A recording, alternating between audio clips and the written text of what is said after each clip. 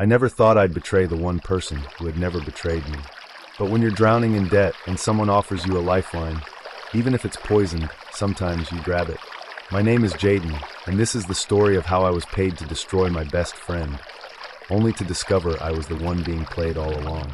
Dre was like a brother to me. We grew up in the same crumbling neighborhood, took the same beat-up school bus, and shared meals when one of us didn't have enough. He was the kind of guy who gave more than he had, always had my back, even when I didn't deserve it. So when Dre finally made it, got into tech, launched his startup, and started rubbing shoulders with big names, I was proud. But not everyone was. Especially Victor Grant, CEO of Titan Core, and the billionaire who'd been watching Dre from the shadows. Victor was everything Dre wasn't: cruel, calculating, and dangerously powerful. And one day, out of nowhere, he contacted me. "I hear you and Dre go way back," Victor said, sipping wine that probably cost more than my rent. I nodded, wary. "I need eyes on him. I'll pay you $10,000 a week. Just tell me what he's working on and who he's working with." I should have walked away, but my mom's medical bills were piling up and eviction notices were already taped to our front door. I told myself I'd do it for a week, just enough to get ahead. But the moment I took that money, I was already in too deep. Dre trusted me with everything. His apartment, his lab, his dream, a revolutionary app that would make encrypted communication available to everyone. Something that would destroy companies like Titan Core, who profited from surveillance. I started sending Victor updates, tiny ones at first, nothing major. But then he wanted code snippets, then investor names, then security protocols. And every time I said no, he doubled the money and threatened my family. I was stuck, until the night Dre's prototype was wiped from his servers. All of it gone. He collapsed into a chair, eyes blank. "Jayden, I don't get it. Only you and I had access." My stomach turned. I lied. I have no idea what happened. That night, I couldn't sleep. I stared at the ceiling, wondering how I became the villain in someone else's success story. But fate wasn't done with me yet. 3 days later, Dre vanished. No calls, no texts, nothing. Then a burner phone landed in my mailbox.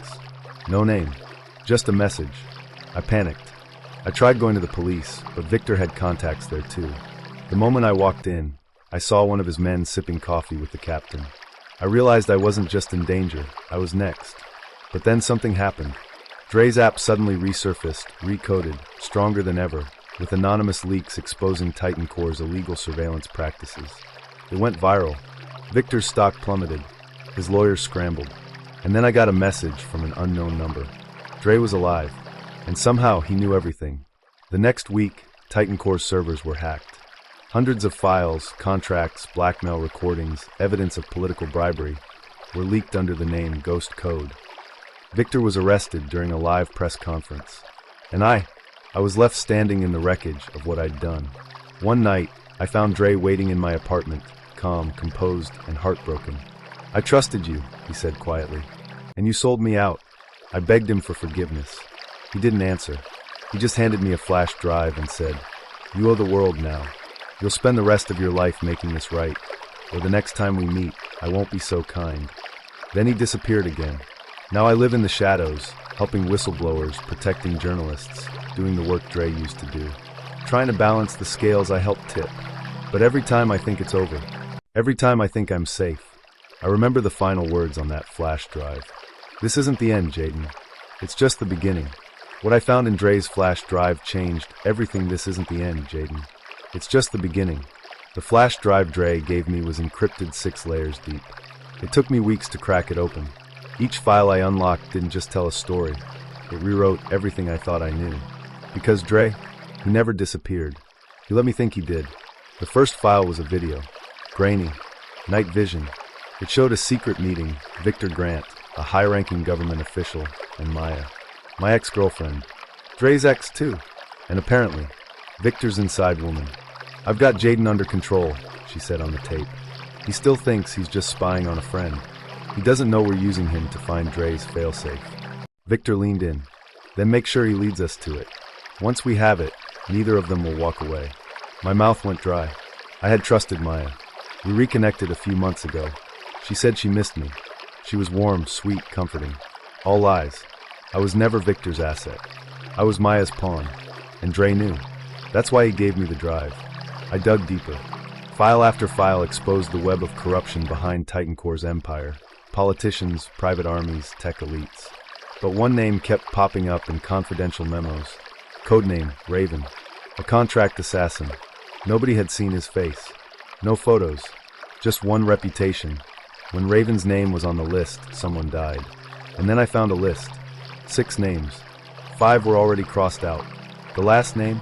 Jayden Cole. Me. The world around me narrowed. I was being hunted. And I didn't even know what Dre's failsafe was, the thing everyone wanted, until I stumbled on a folder marked Project Phoenix. Inside was a blueprint for a device. Small, powerful, capable of locating and wiping every piece of surveillance data stored by governments and corporations worldwide. Not just Titan Core. Everyone. Dre wasn't just trying to build privacy. He was trying to erase the digital chains wrapped around every human being. I had to find him. But first, I needed to find Maya. She was the last link to Victor's network. And she was also the one who used me. I traced her to a luxury penthouse, overlooking the same city where Dre and I used to dream of escaping poverty. She looked surprised when I walked in. Not scared, just sad. "You weren't supposed to find out," she whispered. "Why?" I asked. "Why betray Dre? Why betray me?" Tears welled in her eyes. "I didn't betray Dre," she said. "I saved him. You just don't understand yet." Then a shot rang out. Glass shattered. Maya collapsed to the floor, a single bullet in her chest. I dove for cover as a shadow moved across the balcony. All I saw was a gloved hand and a Raven tattoo. Raven. By the time I reached the balcony, he was gone, vanished like smoke. Maya was barely alive. With blood in her mouth, she grabbed my hand. "They're going after Dre, but it's not just about the app. It's about his brother." I froze. "Dre doesn't have a brother." She gave a faint, trembling smile. "You sure about that?" Her hand fell limp. She was dead. And that's when I heard it, a voice clear as day, through the bug planted in the penthouse wall. A deep, familiar voice. "Victor?" "No. It was Dre." Wait for the next episode, think. Moral lesson. The deepest betrayals often come from the ones we trust the most. But sometimes the enemy isn't the person watching you. It's the person controlling the game. Bell, if you felt that twist hit hard, make sure you subscribe to this channel for more dramatic stories just like this. Speech balloon and drop a comment below. What would you have done if you were in Jayden's shoes? Don't miss part 2. It's where the shadows start talking.